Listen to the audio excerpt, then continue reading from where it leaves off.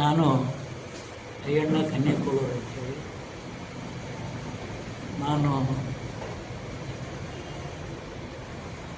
1978ರಿಂದ Janata party ಸಕ್ರಿಯ ಸದಸ್ಯನಾಗಿ ರಾಜಕೀಯ ಹೊರಗೆ ಬಂದೆ.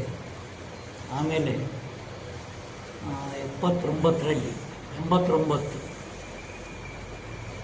ನಮ್ಮ ಶಹಾಪುರ ಅಸೆಂಬ್ಲಿ ಕ್ಷೇತ್ರಕ್ಕೆ JDS ಪಕ್ಷದಿಂದ ಅಭ್ಯರ್ಥಿಯಾಗಿ ಫೇಸ್ ಮಾಡಿದೆ. ಮೊದಲಿನಿಂದಲೂ ಕೂಡ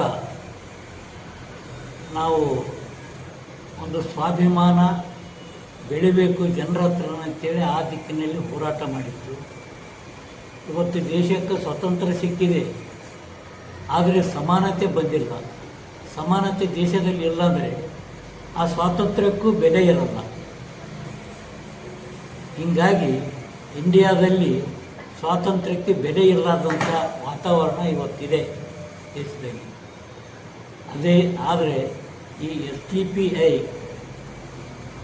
ನಾವು ಇತ್ತೀಚೆಗೆ ಒಂದು 4 ವರ್ಷದಿಂದ ನಾನು ಈ SDPI ನೋಡ್ಕೊಂಡು ಬಂದೆ.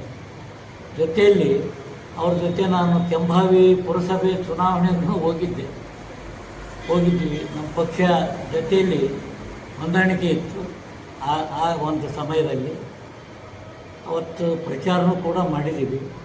SDPI ಪಕ್ಷ ಇಲ್ಲಿ ಏನಾಗಿದೆ, SDPI ಅಂದರೆ ಶಹಾಪುರನಲ್ಲಿ ಯಾವುದೇ ದೇಶದಲ್ಲಿ ಕೆಟ್ಟ ಘಟನೆಗಳಾಗಿತ್ತು, ದೌರ್ಜನ್ಯ ಆಗಿತ್ತು ಅಂದರೆ ಅದ್ರ ಬಗ್ಗೆ ಮೊದಲು ಪ್ರತಿಭಟನೆ ಮಾಡ್ತಕ್ಕಂಥ ಕೆಲಸ, ಅದನ್ನು ವಿರೋಧಿಸ್ತಕ್ಕಂಥ ಕೆಲಸ ಈ SDPIದವರು. ಅದು ತಾವು ಒಬ್ಬರೇ ಅಲ್ಲ, ಎಲ್ಲ ಸಮಾಜದವ್ರನ್ನ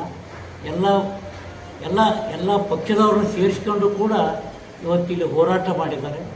ಹೀಗಾಗಿ ಇವತ್ತು 17ನೇ ವರ್ಷ SDPI ಒಂದು ಹುಟ್ಟಿ ಆ ಒಂದು 17ನೇ ವರ್ಷಕ್ಕೆ ಅವರಿಗೆ ಆ ಒಂದು ಪಕ್ಷದ ಶುಭ ಆಗಲಿ ಅಂತೇಳಿ ನಾನು ಆಶಿಸ್ತೀನಿ.